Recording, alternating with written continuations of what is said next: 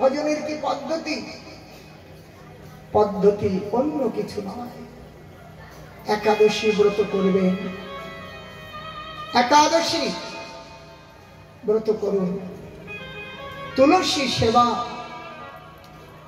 তুলসী ধারণ, তিলক ধারণ, আর আমিষ বর্জন, আমিষ সেবন, অহিংসা পরম ধর্ম। আমিষ ভক্ষণ হিংসা না অহিংসা? বলুন। তাহলে আপনার মধ্যে যদি হিংসা থাকে তাহলে আপনি নির্মৎসর হবেন, দয়া আপনার মধ্যে জাগবে, দয়া না হলে ভক্তি হবে। দয়া সর্বভূতেষু সন্তুষ্ট যেন কেন বা সর্ব ইন্দ্রিয় উপশন্তি আশু তুষ্যতি জনার্দন। ভগবান সেই জীবের প্রতি অতি শীঘ্র প্রসন্ন হন যিনি সর্বজীবের প্রতি দয়াবান।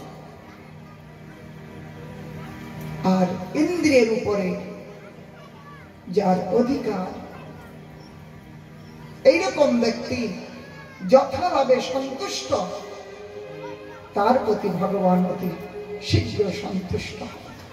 সেই জন্য আমিষ ভোজন পরিত্যাগ করুন।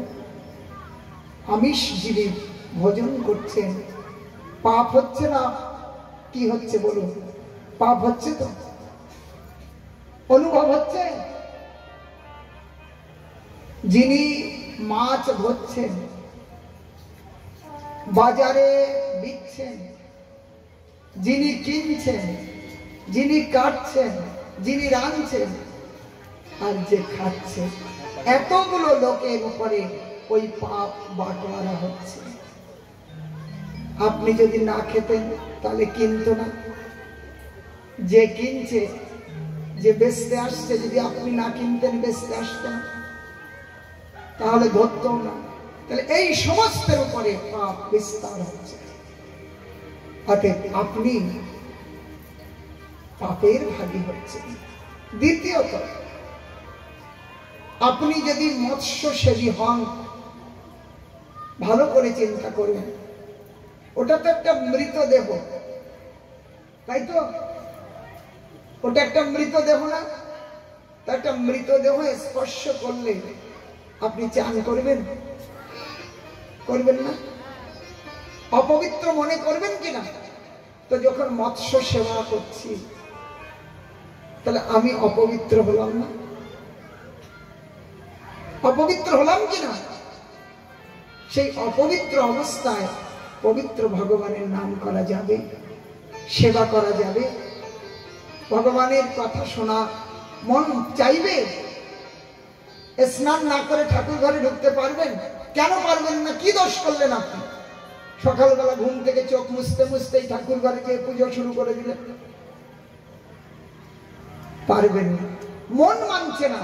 তাহলে আমিষ আহার করলে আপনি পুজো করবার অধিকার পান না, অশুদ্ধ থেকে যাওয়া।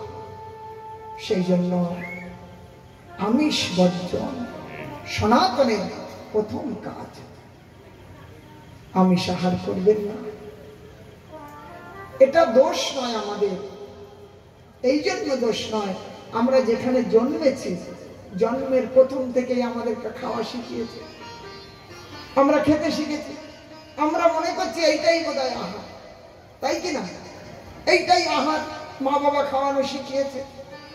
কিন্তু এখন বুদ্ধি হয়েছে, জানতে পেরেছেন, ত্যাগ করুন, আস্তে আস্তে ছাড়ুন। সপ্তাহে 2 দিন করে বন্ধ করুন। এমনি করে 2-4 বছরের মধ্যে দেখবেন একদম শেষ হয়ে যাবে।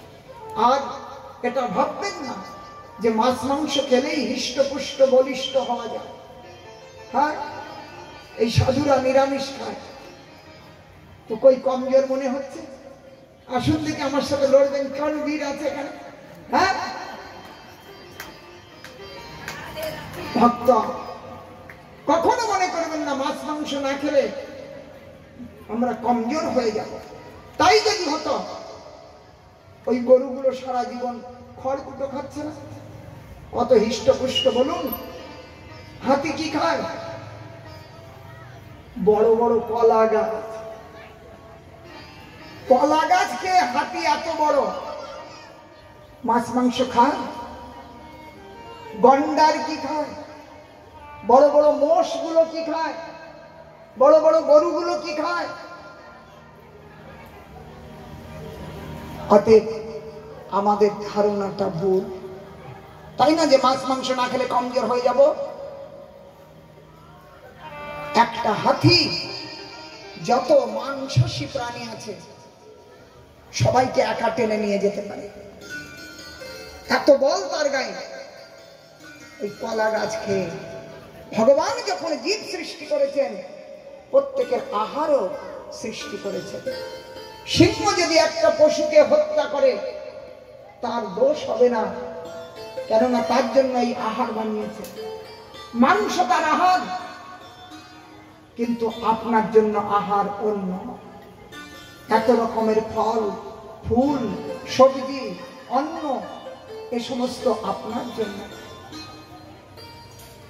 অতএব আপনি যদি আপনার আহার অন্যদিকে চলে যান, আপনার দোষ হবে। এই জগতে দেখুন, যারা মাংসাশী তারা শাক পাতা খায়, আর যারা শাক পাতা খায় নিরামিষ ভোজী, তারা কখনো মাংস আহার করে না। আপনি দেখুন, তাদের লক্ষণও ভিন্ন রয়েছে। সেই জন্য আমরা কখনো বলবো না যে মাছ মাংস আমাদের আহার। কন্টিনিউ আপনি যদি 1 মাস মাছ মাংস খান, আপনার যে ভেতরের অর্গান আছে, পাচন ক্রিয়া সব নষ্ট হয়ে যাবে। ভাতের সঙ্গে আমরা অল্প অল্প তো খাই, মূল তো আমাদের ভাত, তার সাথে আমরা একটু খেলাম, কিন্তু আমরা সম্পূর্ণরূপে যদি খাই 1 মাসের বেশি খেতে পারবেন না। মানেটা কি? আমাদের অতি আহার নয়, আমাদের আহার শুদ্ধ শাকাহার। সেই জন্য আমিষ বর্জন করবে। এটাই হলো ধর্ম আচরণে। আপনি পাপ না করাটাও পুণ্য, পুণ্য না করলে যদি পাপ না করেন সেটাও তো পুণ্য। এই পাপের ফল কি জানেন? কষ্ট। পাপের ফল কষ্ট, পুণ্যের ফল সুখ। তাহলে আমাদের কাছে কষ্ট কেন? এই কষ্টের কারণ হলো আমরা জেনে না জেনে কষ্ট দিয়েছি লোককে, জীবকে। সেই জন্য আমাদের পাপ হয়েছে, আর পাপের ফলে কষ্ট হচ্ছে। সেই জন্য আমরা সনাতন ধর্মে জন্মেছি, আমরা ধীরে ধীরে একটু পরমার্থের দিকে এগোবো। গীতা বাড়িতে রাখবো, একটু করে একটা করে শ্লোক পড়বো। যদি শ্লোক পড়বার সামর্থ্য না থাকে, বাংলা লেখাগুলো পড়বো। সন্ধেবেলা ভগবানের একটু আরতি হবে, বাড়িতে ঝাঁঝ ঘন্টা বাজবে, তুলসীর সেবা হবে, সাধুগুরু বৈষ্ণবের আগমন হবে। এ সমস্ত হলো একটা সনাতন বাড়ির লক্ষণ। অতএব এমনি করে যদি আপনার সন্তান সন্ততির মধ্যে সংস্কার আসতে থাকে, তাহলে একদিন দেখা যাবে তারা পূর্ণরূপে সনাতনের মধ্যে প্রবেশ করেছে। সেই জন্য 50 বছর যাদের বয়স হয়ে গেছে, আর সংসারের মায়ার মধ্যে থাকবেন না। এখন হরিভজনের জন্য সদ্গুরু আশ্রয় করে হরিভজন শুরু করো। যাদের 50 বেরিয়ে গেছে, সেই জন্য ভরত মহারাজ তিনি ভগবত